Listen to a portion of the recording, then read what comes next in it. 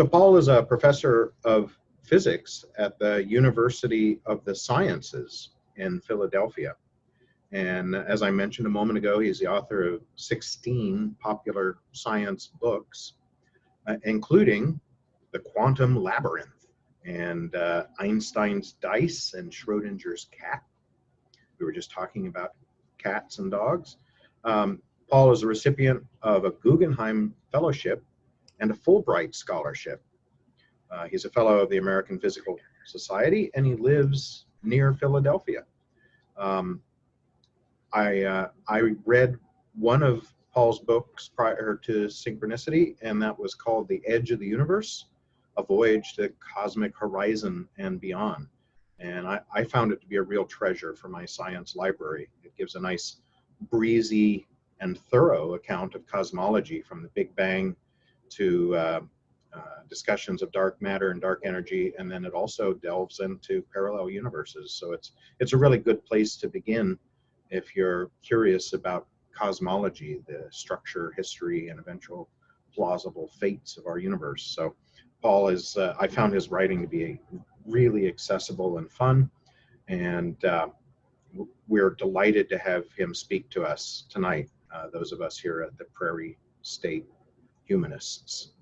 And without further ado, Paul, welcome, and you have the floor. Thank you. I thank Scott and Howard for inviting me, and Prairie State Humanists, and it's exciting to be in or near Chicagoland and be able to speak to you remotely. That's one of the exciting things about this negative time, this challenging time. At least there's a possibility of communicating to different places. So I'm going to be speaking about my book, my latest book on synchronicity. So I'm going to be switching to my screen.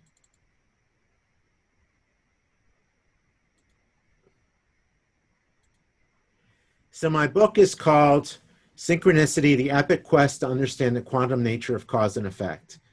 And it's kind of a unique book because it combines a bit of physics, a bit of philosophy, and a bit of psychology. So if you enjoy any of those topics, I'm sure you'll enjoy the book. Anything from questions about, philosophical questions about how things are connected, to psychological questions about how things are related. So I'm going to start off with someone I'm sure you're all familiar with, Albert Einstein. Now, Einstein is known as the father of relativity. Now, there's two different kinds of relativity. There's special relativity, which he developed in 1905, which is often called his miracle year, where he produced a fabulous number of highly important papers. And special relativity deals with very, very high speeds close to the speed of light. And Einstein showed that the speed of light is the speed limit of the universe, the speed limit of all things that move, all things that are made of matter and energy that move through space have a limit, an upper limit of the speed of light. So that's what special relativity is about. General relativity is a bit different because it's about things that accelerate, meaning speed up or slow down, and also things that gravitate, gravitation. So, and that was developed 10 years later in 1915. And that involves something called space-time, which is a four-dimensional combination of space and time. And curiously, in contradiction to special relativity, that does allow for the possibility of, hypothetically, of signals going forward or backward in time. And hypothetically, things in general relativity could move faster than the speed of light. But once you combine special relativity with general relativity, that prohibition is still there. Now, Einstein was also involved around the same time with the quantum revolution. In 1905, Einstein developed a key paper about the quantum. Now, quantum means packets of energy, small amounts of energy. And the quantum idea is that energy comes in discrete packages, that it's not continuous. And Einstein's major contribution to that was in 1905, once again, another miracle year paper. He predicted that if you shine a light, like a flashlight, on a metal, you produce electricity. And the amount of electricity you produce depends upon what color of light you're shining. So if you shine a red light versus a blue light, violet light, and so forth, those have different frequencies, and they produce a different amount of energy, and that produces a different electrical effect. And that's pretty remarkable because people didn't know beforehand that color or frequency can affect energy and affect what happens with electricity. And we owe Einstein a great debt because whenever we take a picture with a cell phone or with a digital camera, we're making use of the photoelectric effect. So those are his main contributions. Some of his main contributions, I should say.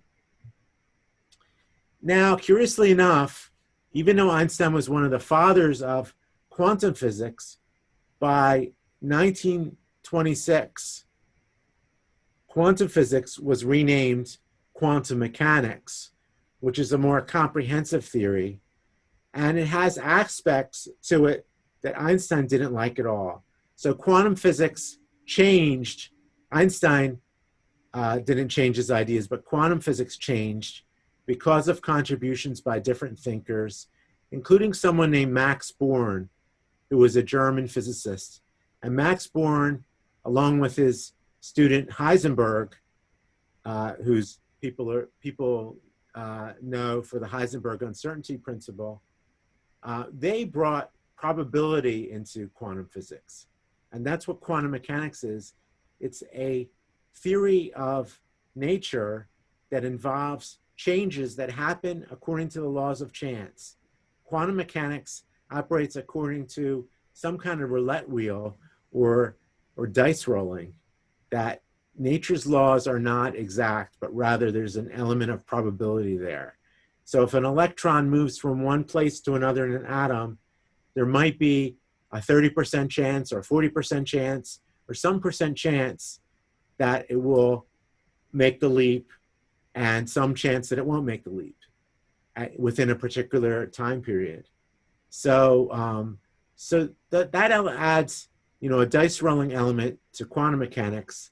And Einstein strongly believed, as he put it, that the old one, meaning his conception of God as nature, does not play dice. Now, Einstein had, in a way, a kind of humanistic conception of the divine. He equated the divine with a force of nature. So, and he believed that force was constrained by certain rules, by certain amount of elegance to behave in a certain way.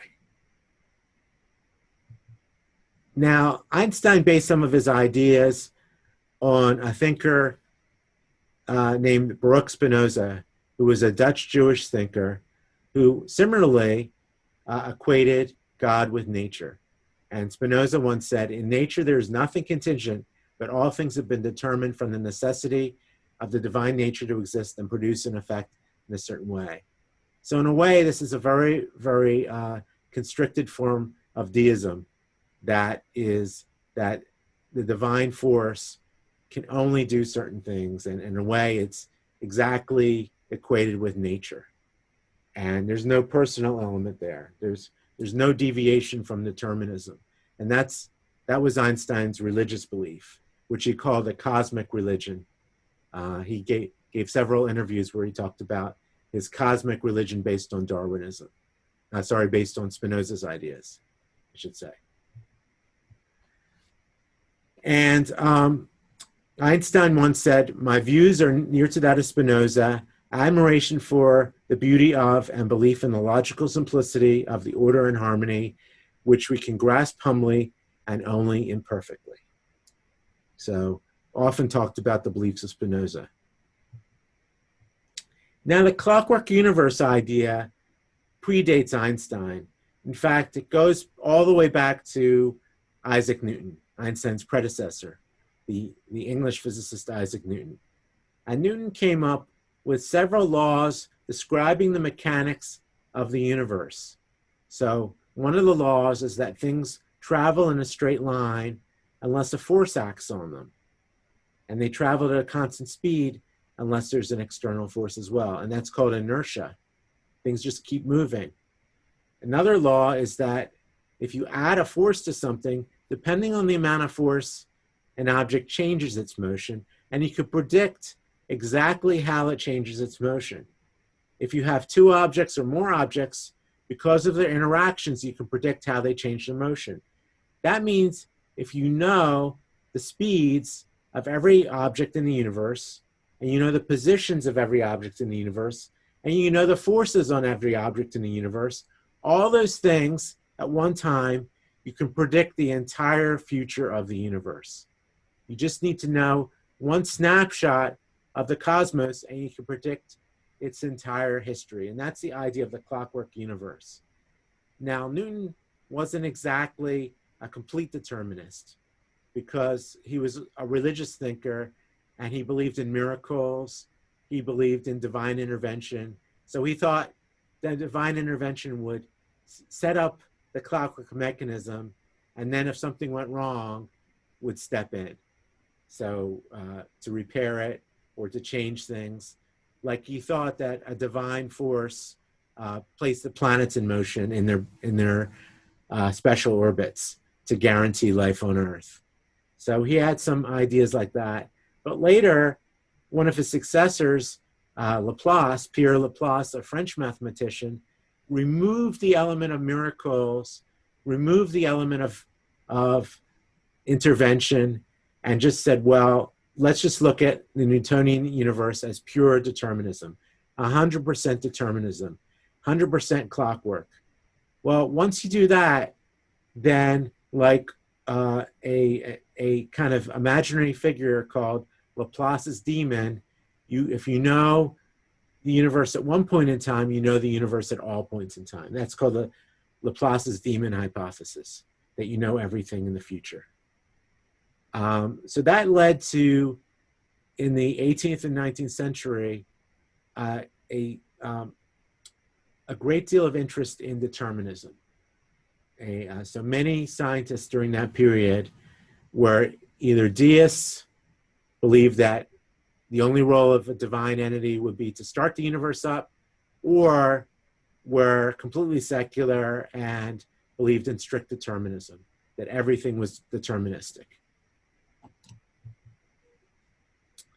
Now, another critique that Einstein had of quantum mechanics, aside from its probabilistic elements, because Einstein believed in strict determinism, was the idea of entanglement. So just to reiterate, Einstein's first criticism of quantum mechanics is that it was not deterministic, that it went against the idea of Spinoza that there should be no chance in the universe, that a perfect universe should have no chance elements. God does not play dice. The second critique that Einstein had is that something happens called quantum entanglement, that things can affect each other or link up with each other in a remote way that could span very, very long distances in space. So you could have a quantum entanglement effect that could span many, many miles, for example, or hundreds of miles, where two particles can affect each other in the same quantum state. That's what an entanglement is. So in entanglement, two particles, however distant, are in the same quantum state, so that if you know something about one of the particles, you immediately know something about all the other particles in that state. They're in sync, they're all synchronized, and they're all in lockstep. And it's a very strange phenomenon. Now, Einstein's critique was, first of all, everything should take place locally, meaning that an object should only be affected by its nearest neighbors. And that kind of makes sense from a Newtonian point of view. If you have a force on something it should act right on that object and affect it immediately. Newton's believed in forces that happen over a large distance, but later that was amended, and in Einstein's theory of general relativity, everything happens locally. Everything happens according to waves, according to local effects. It's kind of like if you're in a little boat in the ocean and you feel that the boat is starting to rock a little bit, it might be because of the local waves in that part of the ocean. Now, those waves might emanate from a much larger ship somewhere in the distance, but you wouldn't have a situation where you're in a little boat and there's a ship 10 miles away and the ship instantly sends a signal to the boat causing it to rock. That wouldn't happen. Rather, the ship might create waves. Those waves travel through the ocean and hit the little boat and cause the boat to rock. That's how Einstein's theories worked.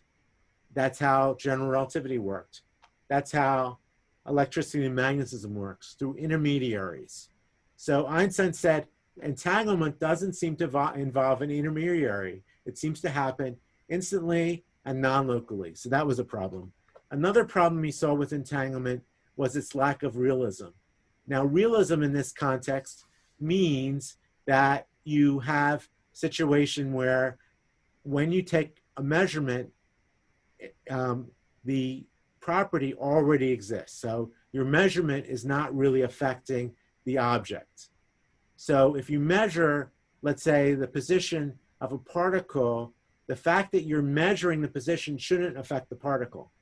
The particle should already know its position.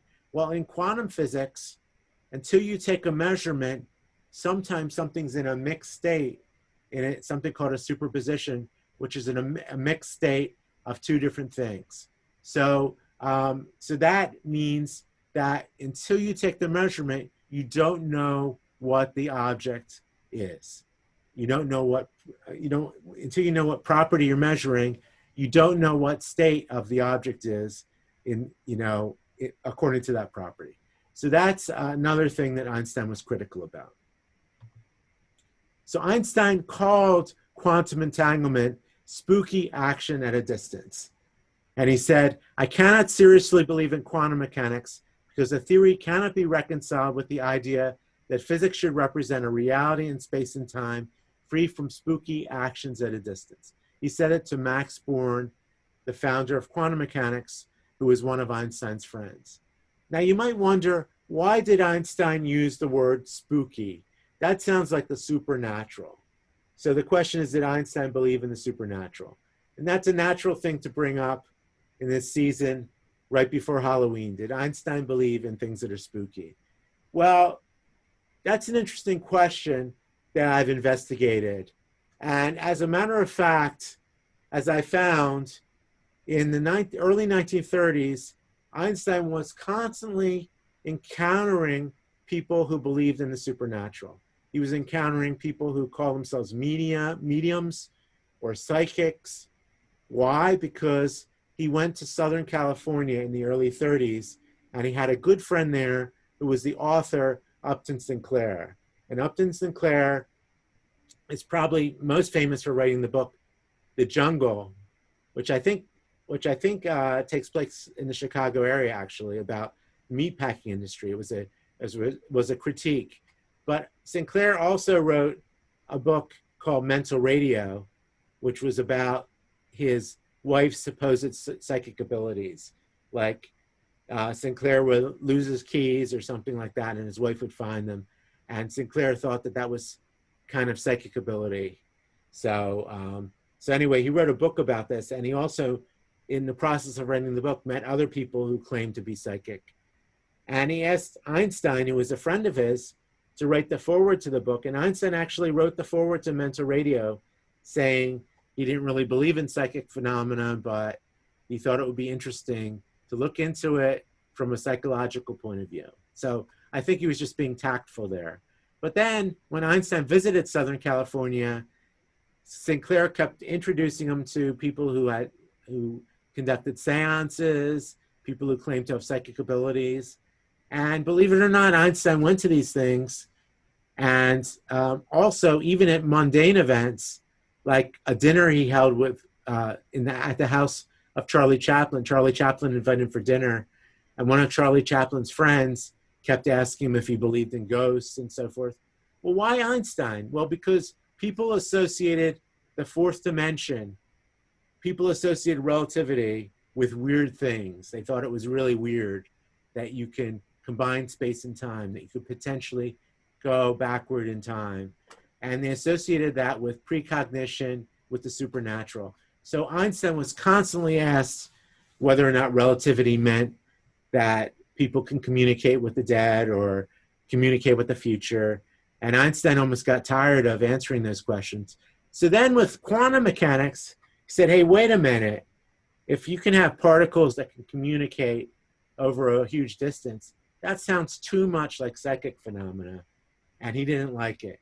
And he thought, well, quantum mechanics needs to get its act together and come up with a way of explaining these events using cause and effect, explaining the connections between two different particles. Otherwise, people will think it's supernatural. So that's why he used the term spooky. So in 1935, Einstein and his two colleagues, Podolsky and Rosen, wrote the famous EPR paper, which criticized the idea of quantum entanglement because it was not local and not realistic. And he said, in the paper, he said that you need a bigger theory, a better theory, even though Einstein thought that quantum physics was correct because you can keep testing it, it was not complete. It was not a complete description of nature. So, and some people still believe that. But the problem is every test of local realism to try to test if Einstein was right versus whether the quantum people are right has said, no, the quantum people are right. Things can happen at a distance. Things can happen non-realistically. They can happen with a particle not knowing beforehand what kind of measurement you're taking. Somehow the particle realizes it instantly, which is very strange. Now, let's turn now to psychology. And you might recognize this person, almost as famous as Einstein, Sigmund Freud, one of the founders of modern psychology. And Freud, like Einstein, believed in a kind of determinism. This was called psychic determinism. Psychic determinism means that if you know the thoughts and experiences of anybody at any particular time in their life, you could predict their entire future. So you could predict what will happen to them, what they might be thinking 10 years down the road, especially what happens during their formative years, their childhood. So if somebody has, a troubled relationship with their mother or their father, that has an effect on their entire life, according to Freud. And that manifests itself in dreams and slips of the tongue. And famously, Freud thought that slips of the tongue, or as now are called Freudian slips, are not accidental. So look at this cartoon. A Freudian slip is when you say one thing, but mean your mother. I mean another. So if you accidentally say the word mother, you're thinking about your mother, and that says something about your childhood, according to Freud. Now, these childhood experiences are not on a conscious level, but they're below the surface. It's kind of like an iceberg in which the conscious mind is just the tip of the iceberg, but much is buried beneath, much is below the surface. And psychotherapy helps unravel those unconscious motives. And the Freudian psychotherapy involves dream analysis and sometimes, when you have conversations trying to do word association and things like that. So, so that's how Freudian psychoanalysis works, through analyzing one's dreams, through word association, and trying to tease out these motives from the past. Now, let's now look at two rebels, a physicist rebel and a psychologist rebel. Wolfgang Pauli, quantum physicist, was a kind of disciple of Einstein. In fact, he was known as the second Einstein, or in German, that would be Zweistein, which means two stones, instead of Einstein, which means one stone. So it's kind of a pun in German. He was also known as a Wunderkind, or a child wonder. When he was only the age of 20, he published a decisive account of relativity, an article about relativity that was much heralded in the physics community, that was very famous. And that's when people began to think he was a genius. And Carl Jung was a disciple of Freud. He started off believing in the individual unconscious, but then he started believing in something called the collective unconscious, that the unconscious mind is not particularly due to childhood experiences, but rather is due to the collective experience of the entire human race. That things that happen in ancient Egypt, things that happen to the ancient Greeks and so forth, somehow are buried in our unconscious minds, and they're somehow inherited, and we draw upon these in the form of archetypes. So if we were having issues with something, and for example, Pauli had issues with relationships with women, that might have something to do with his view of the female archetype. Or other people might have issues with the male archetype or with other types of archetypes. Now, the term synchronicity was coined by Carl Jung around 1930 in reaction to two things. First of all, Jung read a translation in German of the I Ching, which is a Chinese book of fortune telling using hexagrams, or a kind of a symbol that are called hexagrams, and they're used for divination. And a friend of his, Richard Wilhelm, translated that book into German, and Jung was very interested in that. But also, earlier on, he had dinners with Einstein in the 1910s, when Einstein lived in Zurich, and Jung also lived in Zurich. And they would have dinners together and would talk about these ideas of general relativity, flexible space and time. And Jung became fascinated with the idea of connections in space that transcend causality, that are instantaneous connections that could happen potentially faster than light. They can go backward in time, forward in time. They can happen at the same time instantaneously.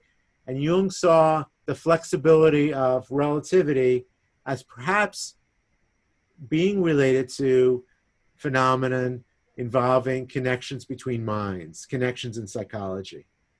So here's a picture of, actually it's a screenshot of the TV series, some of you might have seen Genius, which was a dramatization of the life of Einstein, not entirely accurate at all times, a little bit of hyperbole there.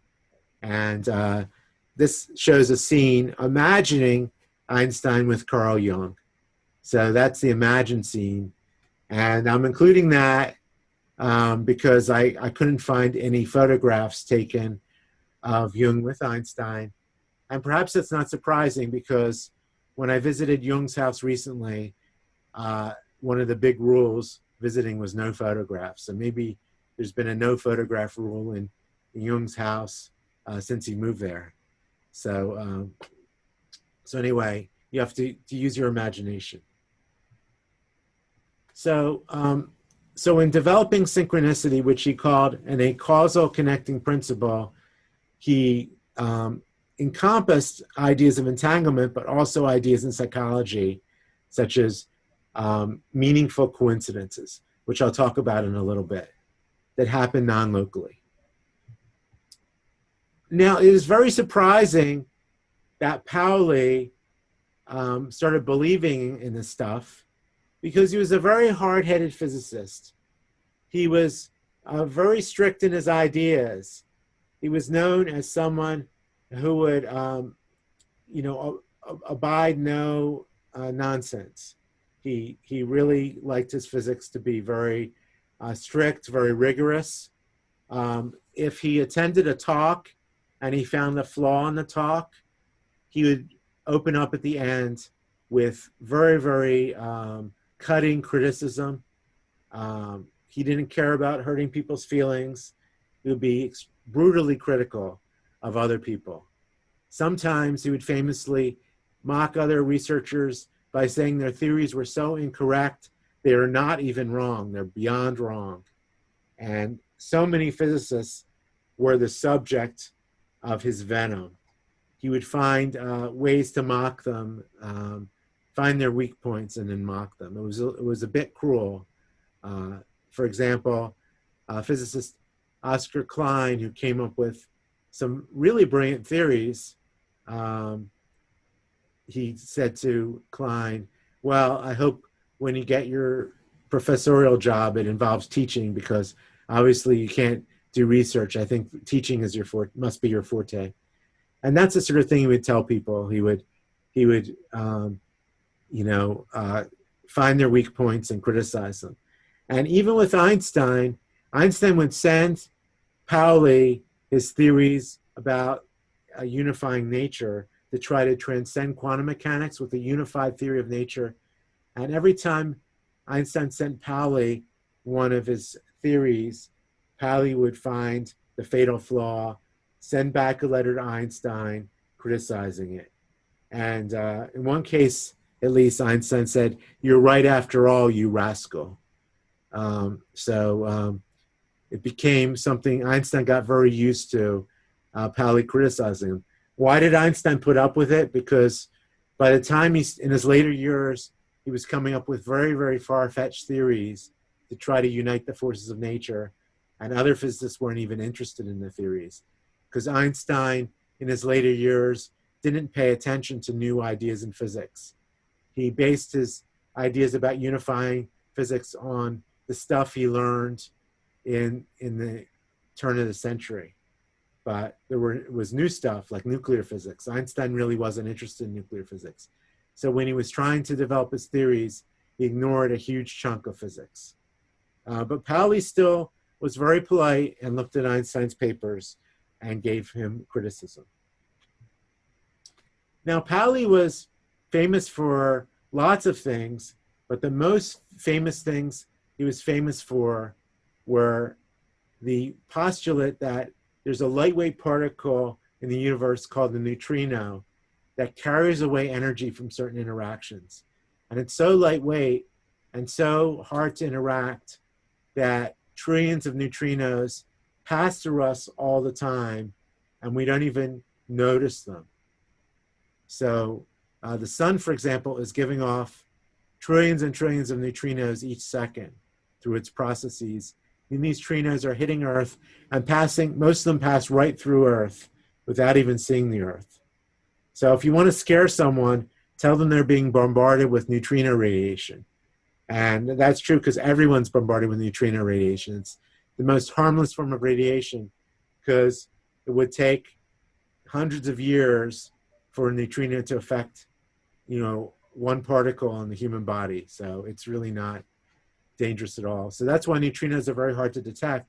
But finally, they were detected using huge vats of cleaning fluid, enormous vats that were buried in gold mines to ward off the effects of other particles.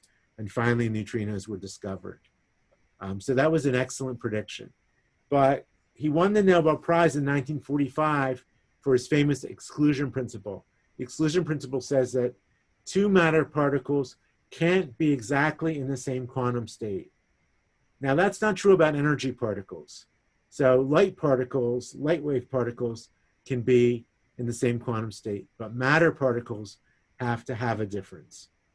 And I like to think of it as the difference between a classical music concert in a very formal theater with assigned seating versus a punk rock concert with a mosh pit. Well, in the punk rock concert, everybody runs up to the front and starts slamming into each other. That is, before the days of social distancing, of course. People would slam into each other in a mosh pit. And that's what light can do. But matter particles can't do that. They have to sit very carefully in their own seats, which are different quantum states. Now, let's say two of them are assigned to the same energy. Well, there has to be something different about them. So that's why some young physicists in around 1925 came up with the idea of spin. And that says that they have a different reaction to a magnetic field. And it's called spin because it's a bit like taking a iron ball and spinning it around and seeing the reaction in a magnet. Well, if you take an iron ball that's electrified and spin it around, if it spins counterclockwise, then its north pole will point up. If it spins clockwise, its north pole will point down. So depending upon the direction of spin of a electromagnet, it has a different orientation. Well, electrons don't really spin. Spin is a bit of a misnomer. They don't really rotate, but it's still called spin because it's as if they're spinning and reacting to a magnetic field that way. And they must spin, two electrons in the same energy state must spin opposite ways. If one is spin up, the other must be spin down. So that's how we can very easily understand quantum entanglement. So one way of understanding the EPR paradox of quantum entanglement is to imagine two electrons that are in a box and they're put together in the same energy state.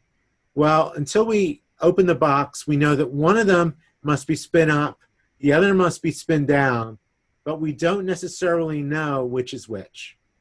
So until we measure the spin, we don't know which one is up and which one is down. They're in a mixed spin state, both of them. Then suppose, still not looking at the electrons, we take one and we move it 100 miles in one direction, and we take the other and move it 100 miles in the other direction. So now they're separated by 200 miles, and we still haven't measured them. Now we measure the spin of one of them using a magnet. And let's say we aim the magnet in a certain direction. Then miraculously, or quantum mechanically, it's not really a miracle, the other electron will know two things. It will know the direction that you pointed the original magnet, and it will immediately spin in the opposite way according to the original magnet. So if the original magnet was spinning, let's say, up, and the first electron is spinning in that direction, which would be up, the other electron will be spinning down according to the original magnet. Well, how can that be? That's spooky action at a distance. Well, Pauli saw that as a fundamental truth, and it had to do with the idea of symmetry, that the electrons were in a way reverse mirror images of each other.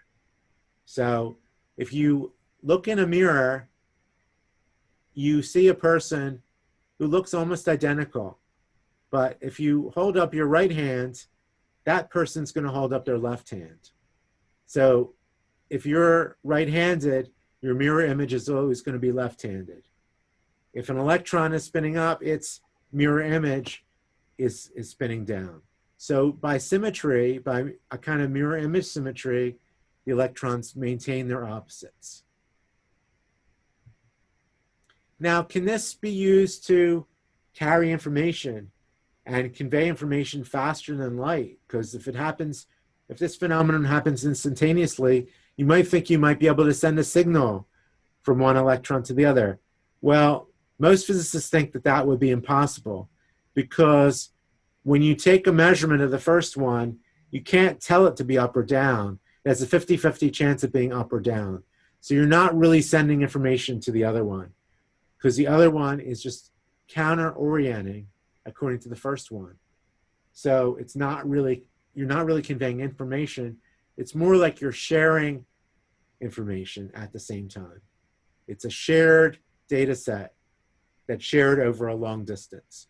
But that information might have existed in some form in advance. It's not that the information is being conveyed from one point to the other. Now, Pauli not only was a hard-headed physicist, he was also deep down very sensitive, a sensitive soul. So despite throwing out all these insults at other people, he was a very sensitive person. And one of the things that happened to him, sadly, was around 1927, his mother, who he was very close to, committed suicide because his father had an extramarital affair. 2 years later, Pauli met a cabaret dancer that he fell in love with, perhaps kind of in a superficial way. And she was also in love with a chemist.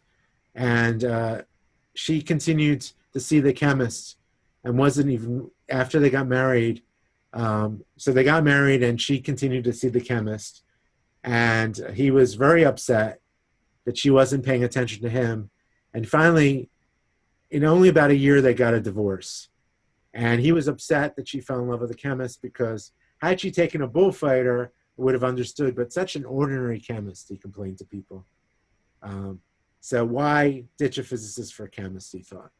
He began drinking very heavily, and he asked his father, I guess he still respected his father enough to ask for advice. He asked his father what to do, and his father said, son, you need to go for therapy, and I know just the person, Carl Jung in Zurich, who's in the same city as you. He has a good reputation. So Pauli wrote to Jung, and Jung said, well, I will treat you, but first you need to see my young assistant because you clearly have a problem with relationships. So I have a female therapist that you will see, and you will work out your situation with relationships dealing with the female therapist. So he saw Erna Rosenbaum, who I believe was only in her 20s at the time, and just starting out in therapy. She's just being trained. And Pauli was trained by her to share his dreams, and he turned out to be an amazing dreamer. He was not only an amazing physicist, he had amazing dreams. He was dreaming every night, multiple dreams some nights, because in the span of a few years, he shared more than 1,000 dreams, first with Erna Rosenbaum, then he wrote them down on his own, and then he would write to Jung with the dreams. And Jung had this huge compendium of Pauli's dreams. And Jung said, can I publish them? And Pauli said, just don't say who it is. Pauli had a certain amount of self-pride. He didn't want to be embarrassed by his dreams. So Jung said, don't worry. I swear I'm not going to have any identifying information. I'll just say that I'm analyzing a physicist. And many of Pauli's dreams had physics symbolism in them. So people started thinking this is a brilliant physicist. And one of the symbols was called a world clock, which is a little bit like the German Glockenspiel that comes out of these clocks, these city clocks, and you have this little show of dolls that rotate around. And Pauli called this the world clock. And you have 4 figures. 4 was very symbolic to him for various reasons. And circles were symbolic, and the bird. So it's a very symbolic dream. And by sharing these dreams, soon Pauli began to feel more comfortable with women. He met a woman named Franca Bertram, and they had a nice relationship. They got married in 1933. And interesting enough, I find it fascinating that photos of the young Pauli with his mother look very similar to photos of middle-aged Pauli with his wife. So kind of interesting. So I always wonder what Freud would have said about that. In the late 1940s, Pauli and Jung's relationship switched a bit. Rather than a therapeutic relationship, it became a collaboration. So Pauli, in the interim, during World War II, Pauli went to the United States, not because he was in danger, but he didn't want to take any chances. So during World War II, Pauli was in Princeton, New Jersey, and then he went back to Zurich and began to talk to Jung again. Only this time it was a collaboration. And Jung asked Pauli for advice about entanglement to incorporate it into the idea of synchronicity. And Pauli, around the same time, became interested in the work of the astronomer Johannes Kepler and another person, Robert Fludd, both of whom were interested in astronomy and astrology, which at that time in the 17th century were still considered closely connected fields. And in these works, Pauli looked for symbolism, Jungian symbolism. He looked for ideas about symmetry, and he looked for links to ideas from the ancient Greeks and Eastern philosophy, such as the idea of yin and yang. So the ancient Greeks were very interested in numerology, and they used them for predictions. The Pythagoreans predicted that the musical scale would sound harmonious. And they were right, as we know from classical music, that the music scale, because of its arrangement, its numerological relationship, it sounds very nice to the human ear. But they also predicted, based upon their interest in the number 10, that there would be a counter-Earth on the other side of a central fire. Not the sun, but a central fire. And that, of course, is wrong. So numerology can sometimes yield interesting ideas and sometimes bogus ideas. Well, Jung and Pauli wrote a book together with two parts. One part was about Kepler and Fludd, and the other part was about synchronicity. And once they wrote a book together, people put two and two together and they said, hey, wait a minute. I wonder if that quantum physicist that Jung was psychoanalyzing all those years was Pauli. So he was pretty much outed as Jung's patient by writing a book with Jung. So even though even today, the therapeutic notes are still carefully guarded. The Jung Society won't release the therapeutic notes for Pauli, not to violate patient confidentiality. But we know from the stuff that Jung wrote about his anonymous patient, we can pretty much guess successfully that it's about Pauli if it's the patient who talks about quantum physics in his dreams. Pauli helped Jung develop this famous diagram, synchronicity diagram, and notice the number 4, which is, as I said, is an important number in mysticism, and the Pythagoreans like the number 4, but it's also an important number in quantum physics and in relativity. There are 4 dimensions. There are many things in physics that come in 4s. Well, this diagram juxtaposes energy and mass with space and time. Well, that's something that Einstein said too. But it also juxtaposes causality, law of cause and effect, with synchronicity, or the idea of instant connections. So there is also a kind of a mystical side of synchronicity that most people, when they hear synchronicity, they associate it with real life coincidences. Like, for example, 2 people meet up and they both are wearing the same outfit by sheer coincidence. They might say synchronicity. Well, Jung didn't mean it that way, but Jung meant it in terms of meaningful coincidences that might have something to do with this idea of the unconscious mind and archetypes. Although he never really scientifically quantified this idea. He never really tested the idea. It was all anecdotal evidence. For example, one of his patients had a dream about a golden scarab. And at the same time, he heard a knocking on window, and he looked at the window and there was a beetle knocking on the window. And he thought, wow, this is a really interesting connection. I wonder if this has something to do with synchronicity in nature, some natural connection. Well, he had no evidence for that, but he thought that was the case. Now, if people look for patterns, they're bound to find patterns. And things like this happen through sheer chance much more often than people realize. Things like that happen. So people might marvel at a time when they have a dream and they wake up and something happens similar to the dream in real life, somewhat similar. Well, people have so many dreams in their life that that's bound to happen. Also, if people dream something and then something happens in real life that matches the dream, they might think about aspects of the dream that match up, and it might make the dream more memorable. So all these neurological factors that might make it more likely that you remember things that are connected and less likely that you remember things that are not connected. So that's kind of the explanation for that.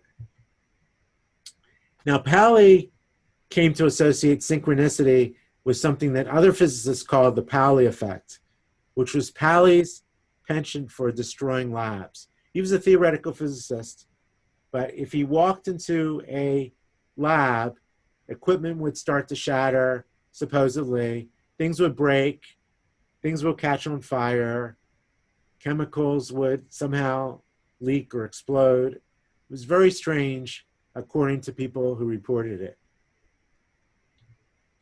Now, he didn't even have to be in a lab for this to happen. One time he was passing through the train station of Göttingen, Germany, and according to legend, equipment at the university there suddenly exploded for no reason. Another time he was in Princeton at the Institute for Advanced Study. Down the road from that institute is Princeton University, where in the Palmer lab, about a mile away, there was an atom smasher called the Princeton cyclotron. So a bit like Fermilab, only much, much, much, much, much smaller. So we're talking about the 1940s. And they had something like that in the basement. And it exploded.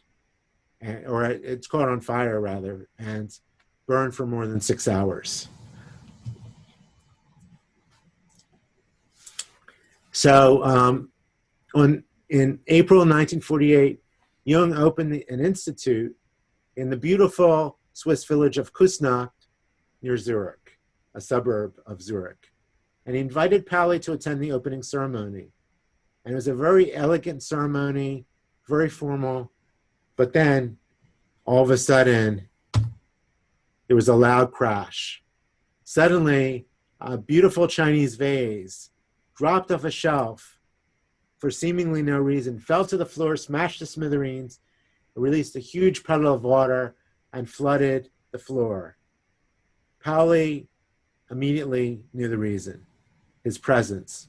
He happened to be studying the works of Robert Fludd, and according to Synchronicity, he thought his thoughts caused the flood.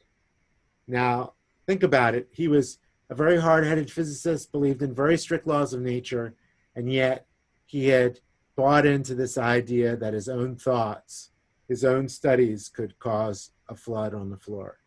So it was very strange. Luckily, the Jung Institute remained intact. It didn't burn down, and this is me about a year ago and visiting the Jung Institute. And then down the road is Jung's beautiful lakeside home, where he met with Pauli on several occasions. And I highly recommend it. Once travel bans are lifted and it's safe to travel, to just, if you happen to be in Zurich, Switzerland, take a train ride out to Küsnacht and visit Jung's lakeside home, which is absolutely gorgeous, right on the lake. And they give guided tours where you can see the inside of the house. But as I said, no photography is allowed, so I didn't take any pictures of the inside, unfortunately. I felt tempted to sneak some photos of the office where Jung treated his patients, but I didn't. So I don't know of any photos of that place. Their correspondence continued until about 1957, and then suddenly Pauli broke off the correspondence. He didn't say anything. you know, critical, but it's a little bit strange. But he did write a letter to a famous scientist, J.B. Rhine, who was a specialist in what is called the paranormal or parapsychology. Rhine was doing psychic card reading experiments in North Carolina, the University of North Carolina, and Pauli was very interested in experiments, but then he wrote to Rhine expressing doubts about these experiments. So Pauli became more skeptical in 1957. The letter, strangely enough, was delayed. I don't know what was going on then, but Rhine didn't get the letter until after Pauli died. Pauli died in 1958. And a strange thing about Pauli's death is that his hospital room had a number which is of significance in mystical physics. There's a very, very tiny sub-branch of physics where people use numerology to try to understand physics. It's not a very reputable part of physics, but some famous physicists thought that the number 137 had significance because if you take the inverse of 137, you get something that's close to one of the natural constants. So they wondered if there's a way to predict the number 137. Well, that was the number of the hospital room in which Pauli died. So in conclusion, what we might learn from synchronicity is that acausal connections are important, that causal links and acausal links seem to both have a place in nature. And on the other hand, coincidences in people's lives seem to have to do with the brain's penchant for problem solving and finding patterns, for pattern recognition, I should say.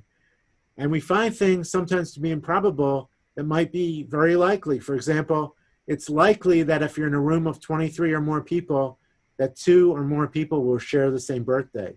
That seems ridiculous, but it's true according to statistics. So for any claim, don't use anecdotal evidence, use statistical analysis with a large sample size, and that is how science is done. So for more about cosmic connections and synchronicity, please check out my book. It's available in bookstores everywhere and also online at various online booksellers around the country and around the world. So please check out the book, and I'll be glad at this point to answer any questions anybody has. All right. Before people ask questions and or decide to leave our watch part or our Zoom meeting for the evening, I want to announce a couple things. First, thank you very much, Dr. Halpern. That was illuminating, and you tied together several threads from history and psychology and physics that I wasn't previously aware of. Thank you. But I wanted, before everyone asks their questions and or decides to sign off for the evening, we're probably going to go ahead and have a watch party tomorrow night for one of the town halls, and I think we should take a vote here. People can say in their chat, you can type into the chat, or you can just raise your hand too, whatever works for you. How many of you would rather watch Trump's town hall with us tomorrow? Anybody? Any takers on that? Okay, I don't see any hands raised. How many of you, if we do have watch party, would like to watch Biden's town hall tomorrow night, if we do that on Zoom? Okay, I see several hands there. So tomorrow night, we'll go ahead and I'll put that up on Meetup, and we'll have a Zoom watch party like we did for the debate, and we'll just watch Biden's town hall. The second thing is this video of this meeting will soon go up on YouTube, and we're going to have a drawing. So those of you who can go to the Prairie State Humanists, formerly Humanists of West Suburban Chicagoland, YouTube channel, please leave a review on that YouTube channel about your thoughts of today's topic, and I'll have a randomly selected winner that leaves more than just, you know, 1 or 2 word review. Please try to make something substantive. We'll get a copy of Paul's book, Synchronicity, and we'll make sure that that gets sent to you. So that's our contest for tonight. And then coming up this weekend, we've got both Sidewalk Science and Science Sunday. Dave Clark is going to be talking about the science of batteries. For example, the difference between a lithium battery and a lithium-ion battery, and other topics. So we've got a good science weekend coming along. So with that, I will open it up for questions, and maybe I'll start, Dr. Halpern, about what does this have to do with the idea of a kind of universal wave function, the many worlds interpretation, where there's only one wave function. That seems to be kind of an en vogue interpretation of quantum mechanical phenomena now. How does this relate to the idea of synchronicity and spooky action at a distance? Okay, well, the many waves and many worlds interpretation of quantum physics, it's not exactly in vogue. I guess it's talked about more than it was in the past, but it's still a little bit of a minority theory. But what that, and you mentioned the universal wave function, that was developed by someone named Hugh Everett, who was a graduate student. And this was developed in 1950s. And Everett had gone to a talk by Einstein. And Einstein, as mentioned, was really dubious about this idea of measurements affecting interactions. He believed in local realism. And Einstein gave an example during the talk of, he said, well, if humans can affect, in their measurements can affect quantum effects, and what about a mouse? Suppose a mouse looked at a piece of cheese, would that change the cheese's properties? And he thought that that was pretty ridiculous. So he used absurd examples. In fact, Einstein's absurd examples stimulated his friend Schrodinger's idea of Schrodinger's cat, which is another famous absurd example about quantum physics, a cat that's a mixture of living and dead until someone takes an observation. So Einstein's mouse was in a way a little bit similar to Schrodinger's cat. But Everett came out of that talk saying, hey, wait a minute, there must be a better way. Instead of a measurement causing what's called the wave function, which embodies the quantum state, to split up or to collapse into one possibility or another, perhaps it persists, and we see parts of us, parts of our wave function observe the quantum wave function. So a part of us observes one possibility. Let's say you're measuring spin, part of us would observe spin up, and part of us would observe spin down. Now, that's been interpreted by the idea that we're bifurcating into parallel universes, which sounds a little bit strange, like that our essence is split up into parallel universes.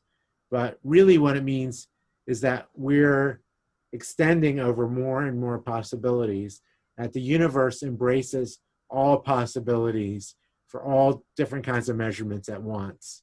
All physically real possibilities, right? Not like ghosts and whatnot. Right, physically real possibilities. Yeah, exactly. Anything that can happen physically is embraced by a different branch of reality. And that reality contains all the branches at once.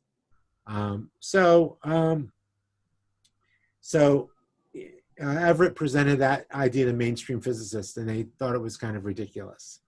And fortunately for him, one mainstream physicist named Bruce DeWitt embraced the idea and began to popularize it.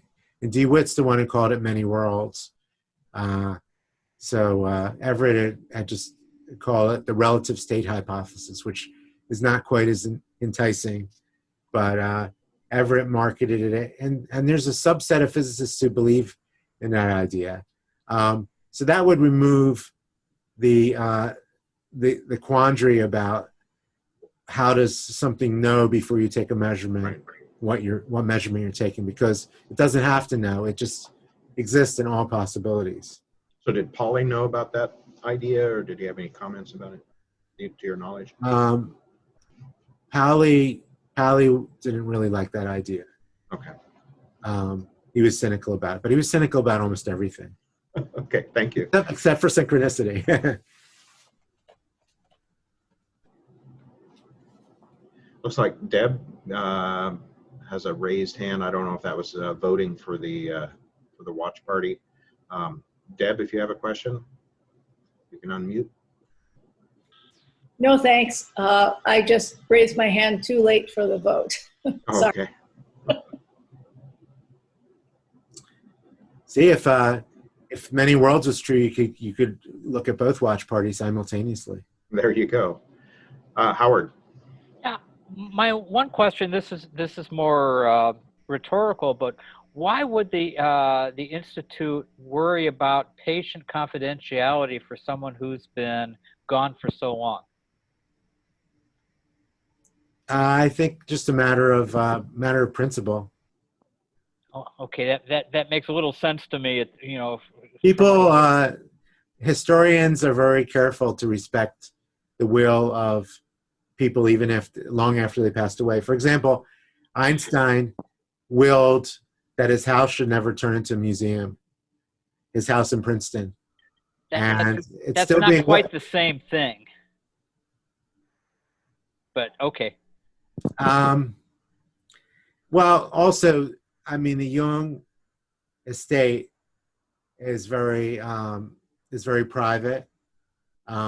Jung's heirs still, his children and so forth, grandchildren, they're still around.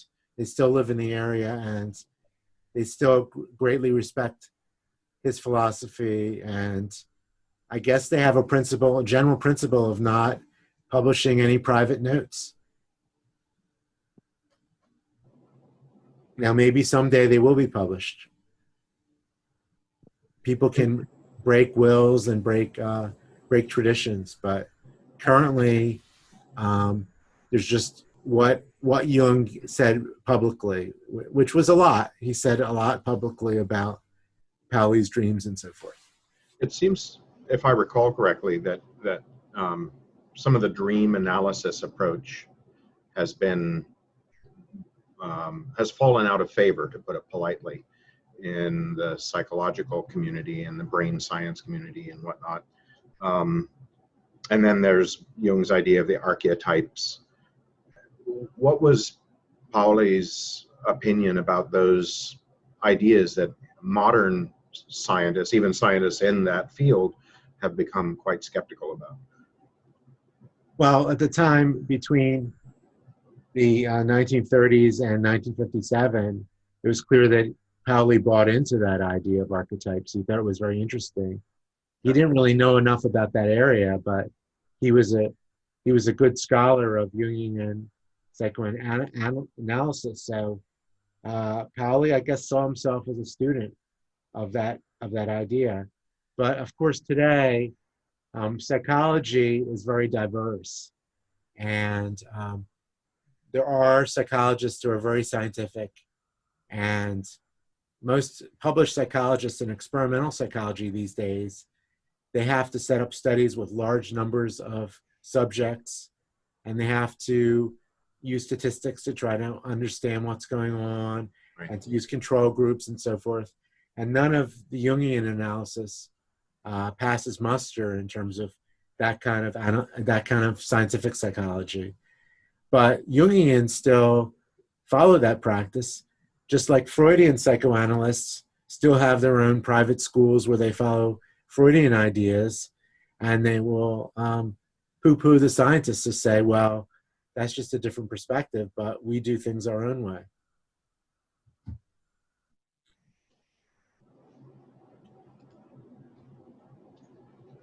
I'm an endless fountain of questions about science if nobody else is speaking up. One of the others is what kind of value, if any, did your research uncover that Pauli might have incorporated into his scientific ideas, his quantum mechanics ideas, as a result of his interactions with Pauli? Was it just this idea of synchronicity, about you know, the spooky action at a distance, the violation of causality or locality.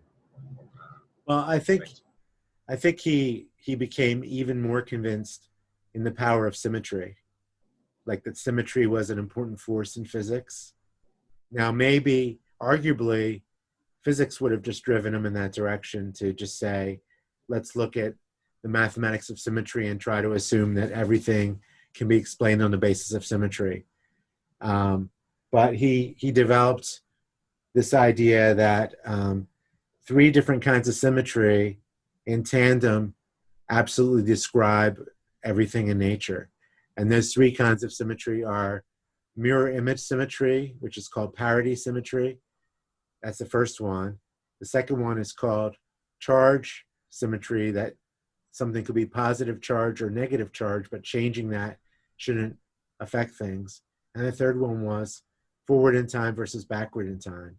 And he said that if you take a situation in physics and you apply all three reversals, charge reversal, mirror reversal, and time reversal, you should get back to the same thing. And that turned out to be fundamentally true. But then he believed that separately, each of those reversals should also give you the same thing. Like if you reverse an interaction in the mirror, it should give you the same thing. If you reverse the charge, it should give you the same thing. If you reverse the time, you know, backward or forward in time, it should give you the same thing. But interestingly enough, in 1957, the physicist C.S. Wu, also known as Madame Wu, did an experiment showing that for certain kinds of decay, if you looked at them in the mirror, the decay has two different modes that are not mirror symmetric. And that's called parity symmetry violation. And that really stunned Pauli, because Pauli thought that that would be impossible. He thought nature was absolutely symmetric. And that may have led him to his cynicism about everything related to symmetry from that point on. Oh. He said, he started saying, for some reason, he said, God is a weak left-hander. That, you know, meaning that everything seems to be balanced between right-handed and left-handed, except a few interactions, which didn't make any sense to him. And they're still not explained to this day, right? Fundamentally, scientists they know that this parity violation happens, but they're not certain the root cause. Yeah, they know it's fundamental, but why should nature have this symmetry violation? Well, I guess it's because people think that symmetries aren't perfect. That just like if you take snowflakes or ice crystals and you raise the temperature, you start seeing things becoming less symmetric until things start melting and so forth. That's how nature's laws of symmetry seem to be, that realistically, as the universe develops, symmetries start to break. And somehow something caused the weak symmetry, the parity symmetry to break at some point in the past. Anybody else have questions?